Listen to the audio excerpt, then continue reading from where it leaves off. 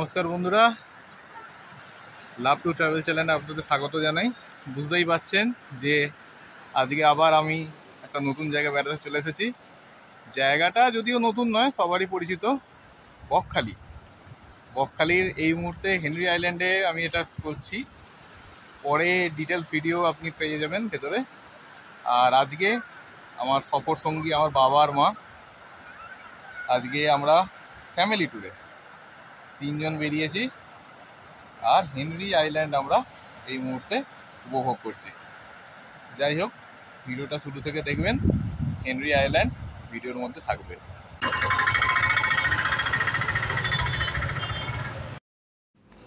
Good morning বন্ধুরা, সামনে যে বিল্ডিংটা দেখছেন এটি হলো শরৎচন্দ্র মেডিকেল কলেজ এবং হাসপাতাল। এটি উলুবেড়িয়ার নিমদিঘিতে অবস্থিত। আমি এখন আমার বাবা ও মায়ের সাথে টোটো করে উলুবেড়িয়া স্টেশনের দিকে চলেছি। সকাল 8:10 ডাউন উলুবেড়িয়া হাওড়া লোকাল ধরব বলে। আপনারা তো জেনেই গিয়েছেন যে আমরা বকখালি বেড়াতে যাচ্ছি। আমরা এখান থেকে ট্রেন ধরে হাওড়া যাব। সেখান থেকে সুবিধা মতন হয় বাসে কিংবা মেট্রোয় চড়ে চলে যাব শিয়ালদা স্টেশনে। সেখান থেকে ট্রেন ধরে পৌঁছাবো নামখানা। নামখানা থেকে বাস বা টোটো বা অটো চেপে চলে যাব বকখালি। দূরত্ব খুব বেশি নয়, শুধুমাত্র ব্রেক জার্নির জন্য সময় লাগবে। এরপর বাসে আমরা শিয়ালদা স্টেশনে চলে এলাম। এটা 15 নম্বর প্ল্যাটফর্ম এবং এখানে লক্ষ্মীকান্তপুর লোকাল দাঁড়িয়ে আছে। লক্ষ্মীকান্তপুর হয়ে নামখানা যেতে হয়। আর বাঁদিকে হলো 16 নম্বর প্ল্যাটফর্ম এবং এখানে রয়েছে ডায়মন্ড হারবার লোকাল। লক্ষ্মীকান্তপুর লোকালগুলির মধ্যে কিছু আছে যেগুলো লক্ষ্মীকান্তপুর থেকে লক্ষ্মীকান্তপুর নামখানা লোকাল নামে নামখানা যায়। এখন আমাকে খোঁজ নিয়ে দেখতে হবে যে এটি নামখানা অবধি যাবে নাকি লক্ষ্মীকান্তপুরই লাস্ট। আমরা এখন নামখানা লোকালেতে আছি। এর আগে আমরা উঠেছিলাম লক্ষ্মীকান্তপুর লোকালই ছিল, কিন্তু লক্ষ্মীকান্তপুর সেটা শেষ স্টপেজ ছিল। তাই সেখান থেকে আমাদের লক্ষ্মীকান্তপুরে নেমে আমাদের ট্রেনটাকে পাল্টাতে হতো। পাল্টে আবার এই ট্রেনটাই ওর পেছনে থাকতো, এতেই আবার উঠতে হতো। যে কারণে আর কি আমরা সেই ট্রেনটাকে ছেড়ে দিলাম, ছেড়ে দিয়ে এটাতে উঠলাম। এটা একদম শিয়ালদায় উঠলাম, একদম শেষ পর্যন্ত নামখানাতে গিয়ে আমরা নামবো আর কি। আর আগেরটা হলে কি হতো, সেটা আমরা লক্ষ্মীকান্তপুর পর্যন্ত পৌঁছাতাম। পৌঁছানোর পর আবার সেখানে আমাদের নেমে পড়তে হতো। নেমে পড়ার পর আবার সেখান থেকে ট্রেন পাল্টাতে হতো। পাল্টানোর পর কোন ট্রেনটা পেতাম না, এই ট্রেনটাই আবার সেখানে যেত, এতেই আবার সেই লক্ষ্মীকান্তপুরকে ঢুকতে হতো। বেকার আর সেইখানে চেঞ্জ করে লাভ নিয়ে আমরা শিয়ালদাতে চেঞ্জ করে নিলাম। এখান থেকেই আর কি ভালো একটা সিট বেছে নিয়ে ফাঁকায় বসে বললাম, একদম শেষ পর্যন্ত নামখানা এতেই পৌঁছে যাবো। আর একদম নামখানা নামার পর তারপর দেখা হবে। বন্ধুরা, কাঁটায় কাঁটায় 1:20 ট্রেন ছেড়ে দিল। এটা হলো শিয়ালদা নামখানা লোকাল, এটা সোজা নামখানা যাবে। তাই আপনারা যদি এই ট্রেনটা ধরেন তাহলে আপনাদের সুবিধাই হবে, লক্ষ্মীকান্তপুর আর চেঞ্জ করতে হবে না। বন্ধুরা, আমাদের ট্রেন লক্ষ্মীকান্তপুর ছেড়ে দিল। যেহেতু এটা নামখানা লোকাল তাই এটা এখানেও বাকি স্টেশনের মতো মাত্র 1 থেকে 2 মিনিটই দাঁড়ালো, ফলে আমাদের সময় অনেকটা সেভ হয়ে গেল। বন্ধুরা, আমি লক্ষ্মীকান্তপুর থেকে নামখানা যাওয়ার যে ট্রেনের সময়টা আপনাদের দিয়ে দিচ্ছি। এটা দেখে আপনারা শিয়ালদা থেকে কোন ট্রেনটা ধরবেন সেটা বাছাই করে নেবেন। বাইরেটা দেখুন বন্ধুরা, ছোট ছোট ধানের চারা, চারিদিক পুরো সবুজ হয়ে আছে। আর আমি একটা জিনিস লক্ষ্য করছি বন্ধুরা, এখানে বিঘার পর বিঘা শুধু ধান চাষ হয়েছে, অর্থাৎ চাষবাস এখানকার অন্যতম প্রধান জীবিকা। দেখুন বন্ধুরা, আমরা এসে পৌঁছালাম নিশ্চিন্তপুর, অর্থাৎ আমরা নামখানার খুব কাছাকাছি এসে পড়েছি।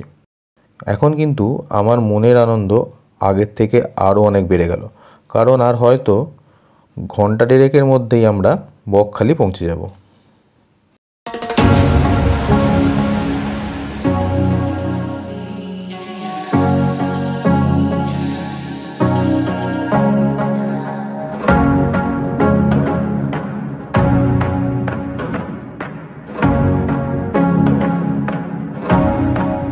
দেখুন, আমরা নামখানা পৌঁছে গেলাম। ট্রেনে বেশি ভিড় ছিল না আর আমরা তাই খুব আরামেই এসে পৌঁছে গেলাম। ট্রেন থেকে যখন নামলাম সময় তখন 3:58, অর্থাৎ মাত্র 3 মিনিট লেট করেছে।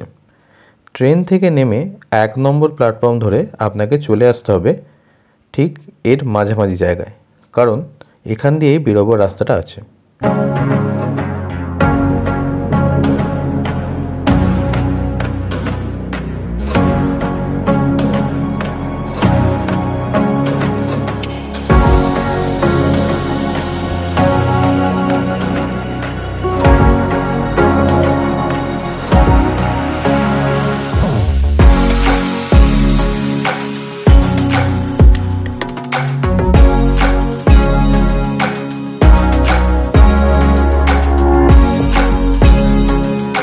এখানে সামনেই রয়েছে টিকিট কাউন্টার, স্টেশনের বাইরেই রয়েছে টোটো স্ট্যান্ড। এখান থেকে ভাড়া স্বভাবতই একটু বেশি হবে।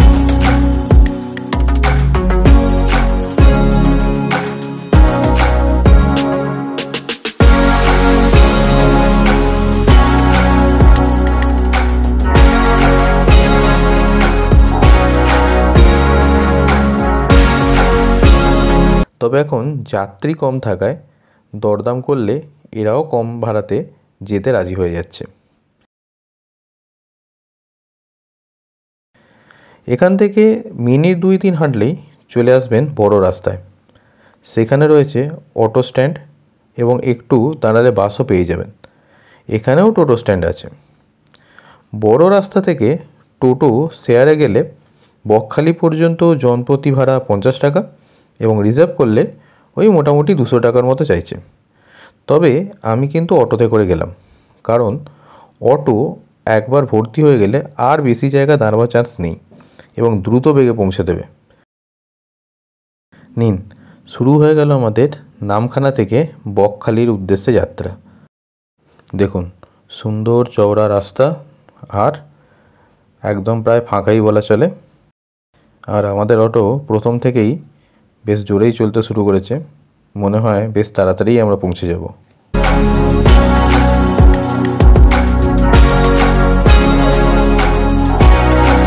দেখুন বন্ধুরা, এখন আমরা একটা বড় ব্রিজের ওপর উঠছি।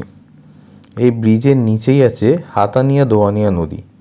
আগে এই ব্রিজটি যখন ছিল না তখন এখানে ভেসেল চলতো। তার একটা নির্দিষ্ট টাইম ছিল ছাড়ার, যখন তখন এখান থেকে পার হওয়া খুব মুশকিল ছিল। এখন আর সেরকম সমস্যা নেই। এই ব্রিজটা অনেকটা বিদ্যাসাগর সেতুর ছোট সংস্করণ বলে মনে হয়। কেন বলছি দেখুন, এক্ষুনি বুঝতে পারবেন।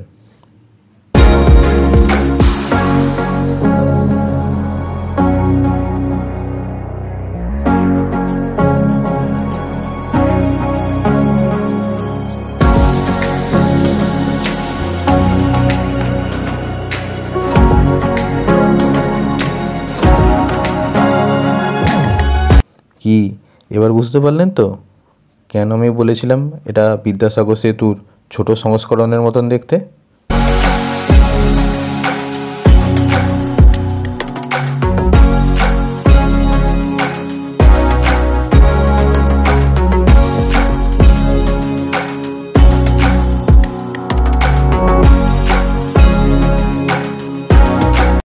বন্ধুরা, বকখালি এসে প্রথমেই যেটা আপনার লাগবে সেটা হলো থাকার জায়গা।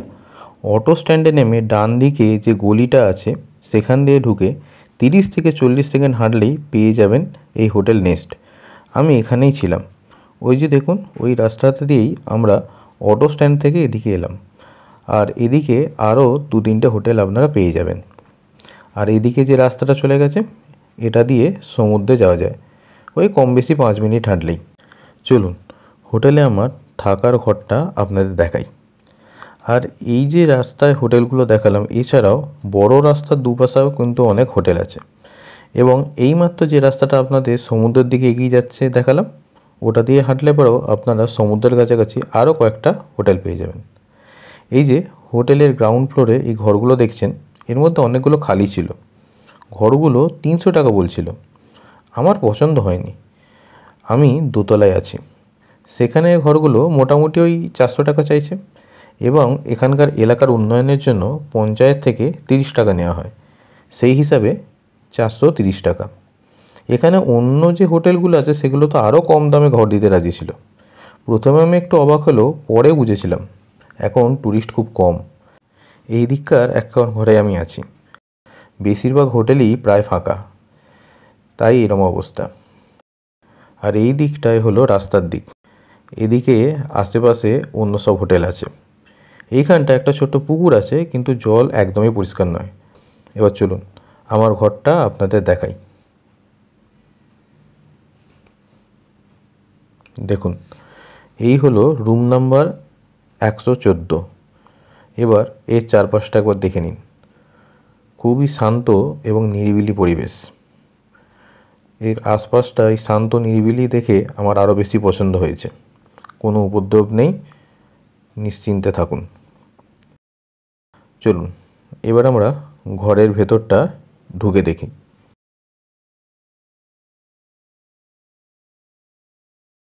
দেখুন, এই হচ্ছে আমাদের রুম। এখানে একটা খাট রয়েছে, যেটা যথেষ্ট বড়, অনায়াসে 3 জন থাকা যায়। আর এটা বলাই বাহুল্য যে এটা একটা নন এসি রুম। এখানে একটা বড় টিভি রয়েছে, পাশে একটা বড় আয়না রয়েছে, লাইট সব ঠিকঠাক, বসার জন্য একটা চেয়ার দেওয়া রয়েছে। চলুন এবার বাথরুমটা একবার দেখিয়ে দিই। বাথরুমটা যথেষ্ট বড় আকারের, আর রুমগুলো একদম পরিষ্কার পরিচ্ছন্ন। এই রুমটা মাত্র 400 আর 30 টাকা হচ্ছে মোটামুটি ওই যে একটা চার্জ নেয় সেটাই। যাই হোক, 430 টাকা রুমটা রেন্ট পড়ছে। আমরা তো অবাকই হচ্ছিলাম যে এত রেন্ট কম কেন। তা যেটা বোঝা গেল যে বেশিরভাগ হোটেলই হচ্ছে কি পুরো ফাঁকা এখন, সেরকম কোনো বোর্ডার নেই, গেস্ট নেই, সেই জন্য এরা 300-400তেই দিয়ে দিচ্ছে রুম। যাক, থাকার তো একটা জায়গা হলো। এবার দরকার একটা ভালো খাবার হোটেলের সন্ধান। এই দেখুন, এটা হলো হোটেল বালুচরি এসি রেস্টুরেন্ট। এর অবস্থানটা ভালো করে বুঝে নিন। পশ্চিমবঙ্গ শ্রমিক কল্যাণ পর্ষদের যে হলিডে হোম আছে তার একদম সামনে, অটো স্ট্যান্ডের একদম পাশেই। এখানে খাবার জায়গা এবং রান্নার জায়গা দুটোই কিন্তু ভেতরে। এখানে আমি অন্য অনেকগুলো রেস্টুরেন্ট দেখলাম, এসি রেস্টুরেন্ট, কিন্তু রান্নার জায়গা রাস্তার ধারে, যেখানে ধুলোবাড়ি পড়তে পারে। তাছাড়াও এই হোটেলের রান্না একদম ঘরোয়া এবং রিজনেবল প্রাইস। আমরা নিয়েছিলাম রুই মিল এবং 1 প্লেট চিকেন কষা। মিলে ছিল স্যালাড, ভাত, আলু ভাজা, শুক্তো, ডাল, মাছের ঝোল, আলু পটলের তরকারি, চালতার চাটনি, পাঁপড় ভাজা। দাম 110 টাকা। 1 প্লেট চিকেন কষা, তাতে 3 থেকে 4 পিস চিকেন থাকে, তার দামও 110 টাকা। আর রাতে আমরা এখান থেকেই রুটি ও ডিম তড়কা নিয়ে গিয়েছিলাম। চলুন এবার রাতের বকখালি সি বিচটা আপনাদের দেখিয়ে দিই।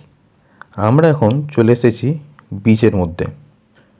ওই যে দূরে দেখছেন অনেকগুলো দোকান দেখা যাচ্ছে, ওইখানটাই মার্কেট আছে। আমরা ওইখান দিয়ে হেঁটে আসলাম।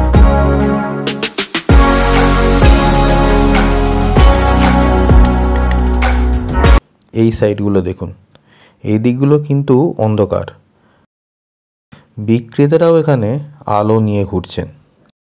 মানে এখানে দীঘা বা পুরীর মতো বিস্তীর্ণ এলাকা আলোকিত নয়। এখানে যা কিছু আছে সেটা এইটুকুই। আর এই দিকে রয়েছে সমুদ্র, সেটা এখন অনেকটা দূরে আছে। সমুদ্রের কাছে এখন যাওয়া যাবে না। আর এই যে দেখছেন সবাই চেয়ারে বসে আছে, এখানে বসার জন্য আপনাকে দিতে হবে চেয়ার পিছু ঘন্টায় 20 টাকা। আমরাও 3টে চেয়ার ভাড়া করে বসলাম। তাছাড়া এখানে আর সেরকম কিছু করার নেই, নিরিবিলি আড্ডা দেওয়া ছাড়া। বন্ধুরা, বকখালি আসবো, বিচের বসে আড্ডা দেবো আর মাছ ভাজা খাবো না, এটা কি হতে পারে? দেখুন এখানে কত রকমের মাছ আছে। ভেটকি, ইলিশ, পার্সে, তোপসে, পমপ্লেট, ছোটো চিংড়ি, বড় চিংড়ি, কাঁকড়া, আরও কত কী। ওই পাশে স্কুইড আছে আর একটা অক্টোপাসও ঝোলানো আছে দেখুন। তবে বন্ধুরা, আমি নিয়েছিলাম ছোট ছোট তোপসে মাছ। 1 প্লেট 50 টাকা নিল। সত্যিই খুব সুস্বাদু মাছ ছিল।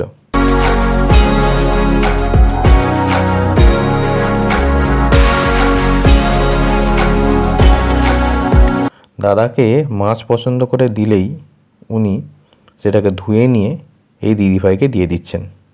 আর দিদিভাই মাছগুলোকে কুটে দিলেই দাদা সেগুলোকে ভেজে গরম গরম আমাদের হাতে তুলে দিচ্ছেন।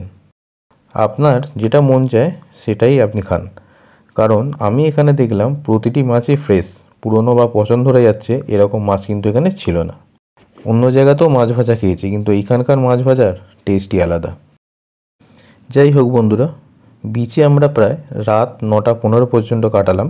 তারপর আমরা হোটেল মুখো হলাম এবং আমাদের প্রথম দিনের বেড়ানো এখানে ইতি হলো। অর্থাৎ আজকের পর্ব আমি এখানেই শেষ করছি। আগামী পর্বে দেখাবো বকখালিতে দেখার কি আছে। এতক্ষণ ধরে আমার সঙ্গে থাকার জন্য ধন্যবাদ। দেখা হচ্ছে আগামী পর্বে খুব শীঘ্রই।